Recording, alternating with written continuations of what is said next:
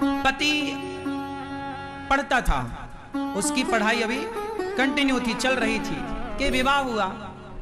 पत्नी में बहुत आसक्त था, उसका पति बहुत सुंदर थी, बहुत अच्छी थी। एक दिन उसके कॉलेज से ऑफर आया कि आपकी आगे की पढ़ाई लंदन में हो। गांव में एक पत्नी थी, एक पति, दोनों बड़े प्रेम से रहा करते थे। पति पढ़ता था, उसकी पढ़ाई अभी कंटिन्यू थी, चल रही थी कि विवाह हुआ। पत्नी में बहुत आसक्त था, उसका पति बहुत सुंदर थी, बहुत अच्छी थी। एक दिन उसके कॉलेज से ऑफर आया कि आपकी आगे की पढ़ाई लंदन में होगी, आप चाहें तो यहाँ की गवर्नमेंट आपको पढ़ाने, आप अच्छे नंबर लाए हैं, आप योग्य हैं, तो आपको गवर्नमेंट अपनी तरफ से भेजेगी लंदन पढ़ने के लिए। जब ये प्रस्ताव आया, 3 साल के लिए लड़के को जाना था। अब पत्नी को पता चला कि मेरे पति 3 साल के लिए पढ़ने लंदन जाएंगे। ये घटना उस जमाने की थी जब हमारे देश गुलाम था, और ये कहानी लिखने वाले मुंशी प्रेमचंद्र हैं, और मुंशी प्रेमचंद्र ने गुलामी का पूरा कार्यकाल देखा।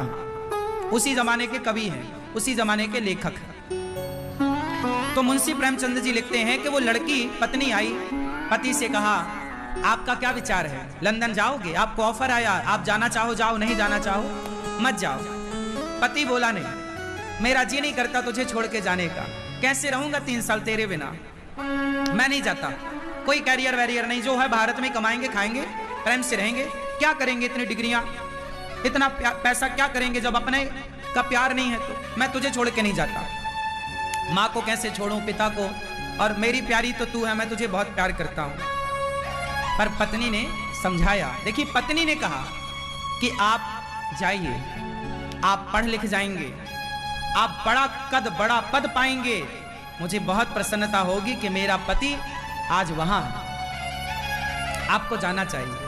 सारे गांव के लोग मना कर रहे थे, सारी समाज मना कर रही थी, और उस लड़के का खुद का मन नहीं था जाने का, लेकिन पत्नी ने उसे मोटिवेट किया, आपको जाना चाहिए, आपके भविष्य का सवाल है, 3 साल की तो बात थी, मैं रह लूंगी आपके, लेकिन याद रखिएगा मुझे पत्र लिखते रहिएगा। उस जमाने में पत्र का ही दौर था, कोई टेलीफोन नहीं था। उसने मन बनाया, सबने कहा अच्छा ठीक है।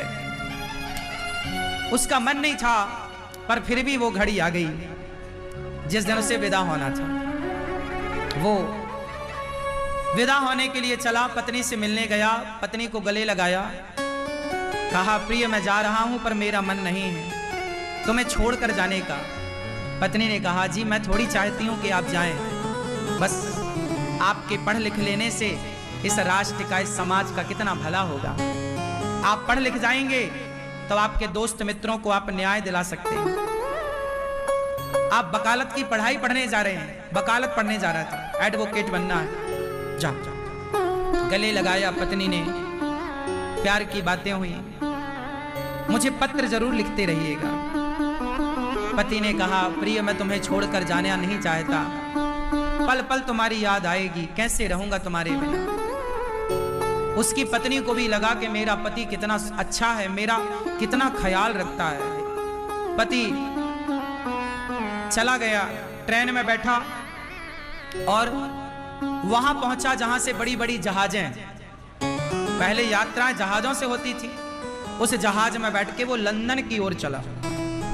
वो लंदन पहुंचा, उसका कॉलेज उससे मिल गया, वो पढ़ना स्टार्ट कर दिया। परंतु हर महीने वो पत्नी को पत्र लिखता, पत्नी भी पत्र में उसको जवाब देती, हमें आपकी याद आ रही है। वो भी कहता हम आपके बिना कैसे हैं। जैसे सब प्यार की उपमाएं वहां बहुत अच्छा मुंशी प्रेमचंद्र जी लिखते हैं, वो तो बहुत अच्छे कवि लेखक हैं। सब कुछ हुआ, 1 साल बीता, पत्र आने खत्म, पत्र आने बंद।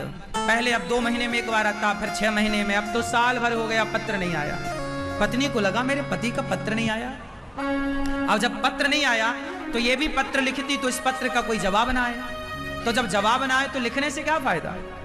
पत्नी को लगा पत्र आते थे तब तो मैं जी लेती, 3 साल नहीं 6 साल रह लेती, पत्र नहीं आ रहे हैं। पत्नी को लगा कि मुझे जाना चाहिए। वो पत्नी अपने पति को पाने के लिए देखने के क्या हाल है, लंदन में क्या चल रहा है, वहां की हवा ने कहीं उनके मन को परिवर्तित तो नहीं कर दिया। वो चली, लंदन चली वो महिला। गांव वालों ने रोका, ना ना मैं आ जाऊंगी, मैं पति को पाने जा रही हूं। वो लंदन पहुंची, एड्रेस तो उसको पता ही था क्योंकि उसके कार्ड आते थे ना, पत्र आता था तो एड्रेस था। अब वो जैसे ही लंदन पहुंची तो वो जैसे ही पहुंची उस कॉलेज के सामने, क्योंकि उसे कॉलेज पता था मेरा पति इस कॉलेज में पढ़ रहा है। जैसे ही पहुंची तो उसने देखा कि उसका पति सामने से आ रहा था। उसे लगा गले से लगाऊं, लिपट जाऊं, लेकिन ध्यान से देखा तो उसके बगल में कोई स्त्री और थी, एक लड़की थी, और वो लड़की का हाथ पकड़े जा रहा था। उसने तो ध्यान नहीं दिया पर इसने तो देखा। अब ये वहीं पर किराए का कोई घर लेके ना आसपास रहने लग गई और वॉच करने लग गई, देखने लग गई। उसको लगा मेरी आंखों ने धोखा देखा होगा, पर रोज उसी लड़की के संग आता, कॉलेज उसी के संग जाता। अब ये वहां लंदन में क्या करे, तो इसको सिलाई आती थी, तो इसने भारतीय ड्रेस बनाना स्टार्ट कर दिया कि भाई कुछ तो खाने को चाहिए ना, तो इसने सिलाई करनी शुरू कर दी। कुछ दिन के बाद वही लड़की जिससे उसके पति का इलू इलू था, वो लड़की आई और बोली बहन वो अगले हफ्ते मेरा ब्याह है, तो तुम मेरा लहंगा बना दोगी क्या, भारतीय ड्रेस सिल दोगी क्या? हाँ हाँ क्यों नहीं, मैं सिल दूंगी। अच्छा ये जानती थी कि यही वो लड़की है जिससे मेरे पति का चक्कर है, पर ये बहुत धैर्यवान लड़की थी। इस लड़की ने कहा कि आपका ये जो पति है शादी इसी से होने जा रही है। वो नाम बताया, हाँ सुभाष उसका नाम था, सुभाष से आपकी शादी हो रही? हाँ हाँ बहुत इंटेलिजेंट है, मैं तो देखो कैसी हूँ, सांवली हूँ, वो बहुत गोरे हैं, सुंदर हैं। तो इसने कहा कि उन्होंने कुछ बताया नहीं क्या? अरे आज के लड़कों को परख लेना चाहिए, शादी वादी कर ली है पहले के नहीं। उस लड़की ने कहा नहीं नहीं मेरा पति बहुत अच्छा है, बहुत अच्छा है, 7 दिन बाद मेरी शादी है, क्या तुम मुझे ये दोगी सिलकर? हाँ हाँ। अब बेचारी वो अपना मन लेके उसके पति की होने वाली पत्नी का लहंगा सिल रही है, सिल रही है। लो अब वो क्या कहे, आप ये बताओ वो क्या कहती? चलो वो खड़ी हो जाती, जी मैं तुम्हारी पत्नी हूं, ये कैसे कर सकते हो? चलो इससे क्या होता कि अपने पति को तो पा लेती, लेकिन पति के हाड़ मांस का करती क्या? दिल तो ना पाती ना, मन तो भटक ही गया था। कीमत इस शरीर की नहीं होती मेरी मां, ये शरीर कीमती नहीं है। इस शरीर में, इस दिल में, इस मन में आप रखते किसे हैं? अब मन तो दूसरी महिला में चला गया। शादी की घड़ी आई, उसने लहंगा सिल के दे दिया और शादी की उसने कहा बहन मेरे ब्याह में जरूर आना। उस लड़की को पता नहीं कि इसके पति से मेरा ब्याह होने वाला। लो भैया ये शादी में गई और शादी में जाके देखा तो उसका पति बैठा मंडप पे, उस लड़की के संग उसकी भांवर पड़ रही है, फेरे पड़ रहे हैं, शादी वादी हो गई। जब शादी हुई, अब ये बताओ ये बोलती तो क्या बोलती, क्या बोलती?